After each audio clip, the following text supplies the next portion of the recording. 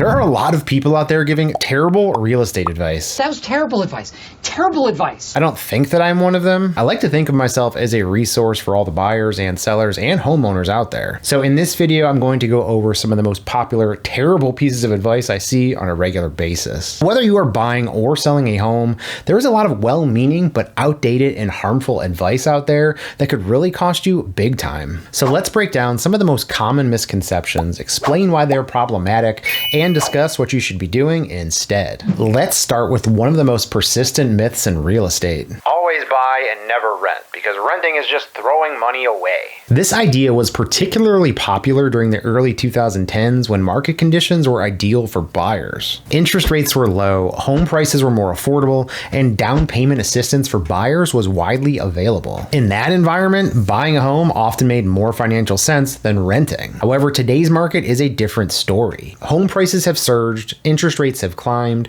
and the financial landscape is far more complex. In many areas, the cost of buying now significantly outweighs the cost of renting when you factor in high mortgage payments, interest rates, maintenance costs, and insurance. Renting offers several advantages that are often overlooked. First, it provides financial flexibility.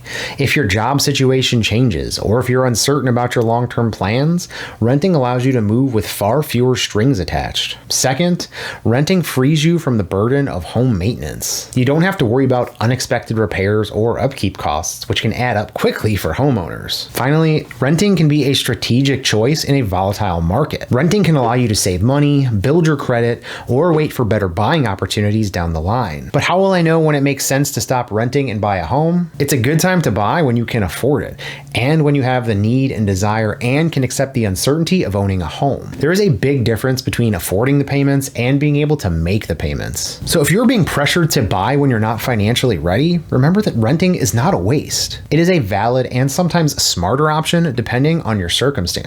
Next up, the phrase Date the rate and marry the house has become a popular mantra in the real estate world, especially with increasing interest rates. And it also makes me want to punch a wall. I'm going to punch through a wall.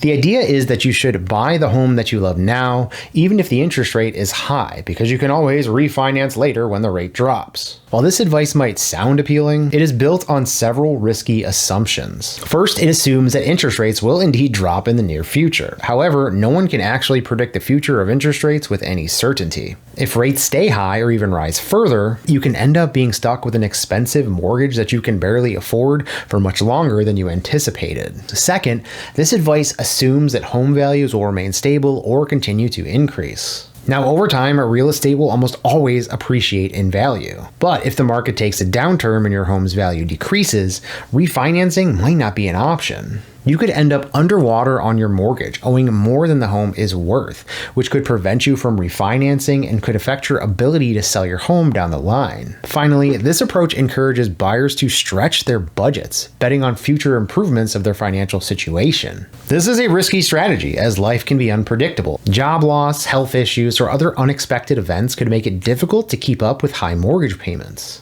Instead of gambling on potential future rate drops, focus on buying a home that you can comfortably afford at today's rates. If interest rates do drop later, refinancing can be a great bonus, but you shouldn't make it the foundation of your home buying strategy. Real quick, if you're taking anything away from this video, please hit that like button and subscribe to my channel here on YouTube. I do try to post new and helpful content regularly. Next up, skipping the home inspection to make your offer more attractive. In a hot market where multiple offers are the norm, it is easy to feel pressured into skipping the home inspection to make your offer stand out. This might help you win the bidding war, but it can also be a very dangerous gamble, especially if you are a first-time home buyer with limited knowledge. A home inspection is your only opportunity to thoroughly evaluate the condition of the property before finalizing the purchase. Even if the house looks immaculate on the surface, there could be serious underlying issues, like foundation cracks, roof damage, or outdated electrical systems that aren't immediately visible. These problems can cost you tens of thousands of dollars to fix, and without a home inspection, you would have no recourse. The inspection report itself can be a powerful negotiation tool. If the inspection uncovers issues, you can often negotiate repairs or a reduction in the sale price, which could save you a lot of money in the long run. Remember, buying a home is likely the biggest financial decision you will ever make. Skipping the home inspection might seem like a great idea to secure the home quickly, but it can also lead to major regrets later on. Always insist on a thorough inspection, even if it means walking away from the purchase. This home inspection thing's a good idea. Yeah. If you want to try and increase the attractiveness of your offer to a potential seller, but still want to have a home inspection, you can always specify that the inspection will be for informational purposes only, and you won't ask for any repairs or concessions. So we have talked about a couple of pieces of bad advice for home buyers, but what about home sellers out there? Trust me, there is plenty of bad advice to go around. If you are selling a home, you might be tempted to list it at a higher price than its market value, thinking this gives you room to negotiate. While this practice might sound smart in theory, it often backfires in the real world. Today's home buyers are more informed than ever thanks to online resources that provide instant access to comparable sales, market trends, and property values. If your home is overpriced, it is likely to be ignored by serious buyers who know they can get a better value elsewhere. Your listing could sit on the market longer, leading potential buyers to wonder if there's something wrong with the property. Additionally, homes that stay on the market for too long often become stale, forcing sellers to eventually reduce the price, sometimes below what the home might have sold for if it was priced correctly from the beginning. The best strategy is to take a look at the market,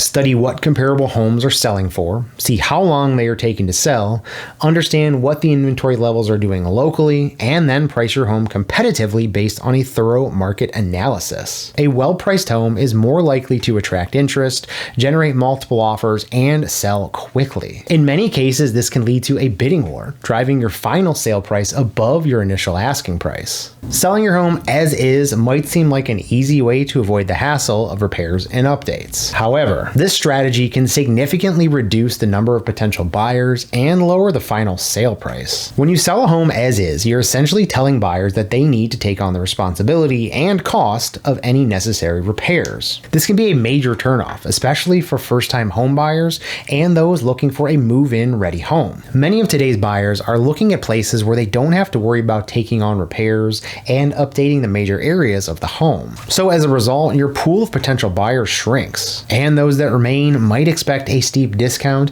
to compensate for the work that they'll need to do. Even small repairs and cosmetic updates can make a huge difference in how your home is perceived by potential buyers. A fresh coat of paint throughout the home can really work wonders, and a thorough cleaning can significantly boost your home's appeal without breaking the bank. All it's really going to cost is a few hours and some elbow grease. Updating outdated fixtures can be fairly inexpensive, and making minor repairs now before they pop up on the home inspection report can help your home stand out and feel more comfortable to potential buyers. If you're serious about selling your home quickly and for the best possible price, consider investing in key repairs and updates before listing your home. Not only will this make your home more attractive to potential buyers, but it could also lead to a higher sales price and a faster closing. And there you have it, some of the worst advice that home buyers and sellers should avoid at all costs. Remember, the real estate market is constantly evolving, so what worked in the past might not work today. The key to making smart real estate decisions